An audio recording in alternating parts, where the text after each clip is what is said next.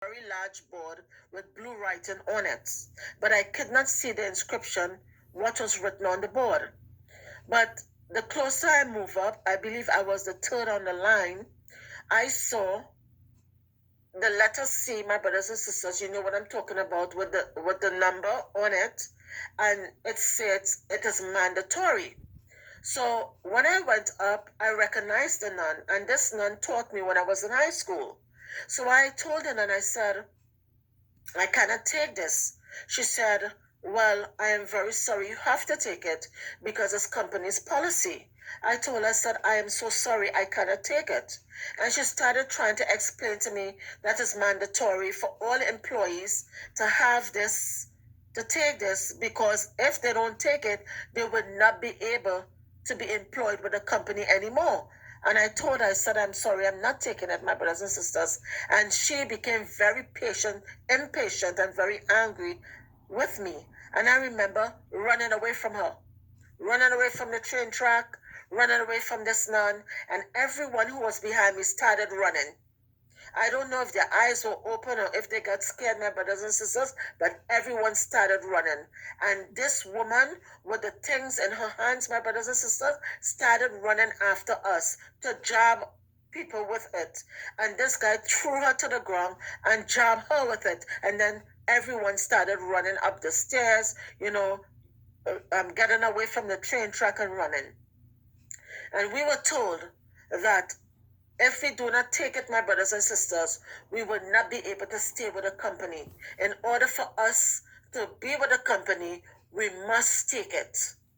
So if we don't take it, we would not have a job. So my brothers and sisters, I believe the city of Toronto is on the long and growing list of employers that will be making COVID-19 vaccines mandatory. And so what does that mean for those who do not want to roll up their sleeve? Well, some experts say medical exemptions will be hard to come by, and legally there could be few options to fight it.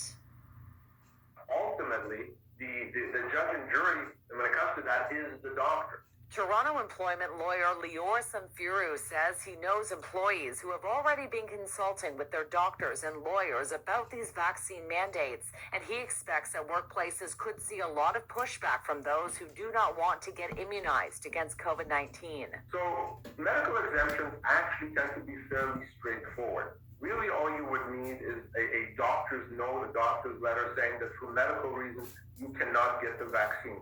The doctor is not required to specify what the medical condition is, and really an employer cannot go beyond that and demand more information. But obtaining a doctor's note could be challenging. There are very few valid reasons for a medical exemption, which would include a severe reaction or heart inflammation after the first shot.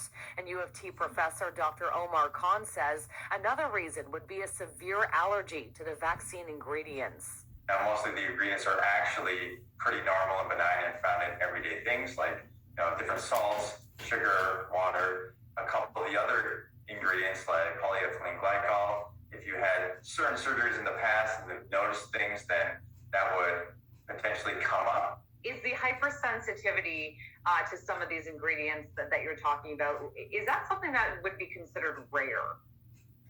Honestly, we don't really see much of that at all. And if there was, a lot of that would have been picked up by the clinical trials.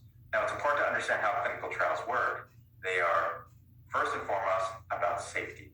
And if it looks safe, then they start looking at whether it's effective. So there was a very high bar to pass in the first place.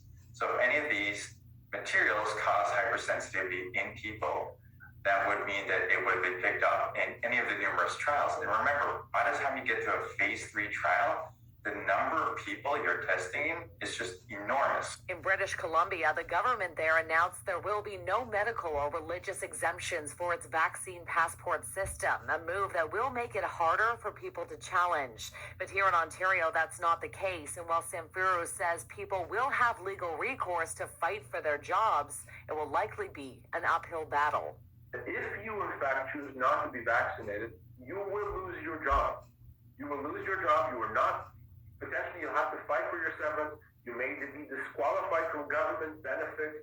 You will then have a hard time getting re-employed because someone else may not want to hire you. So So you can face financial ruin in that situation. So this may be one of those matters where the law doesn't provide adequate protection.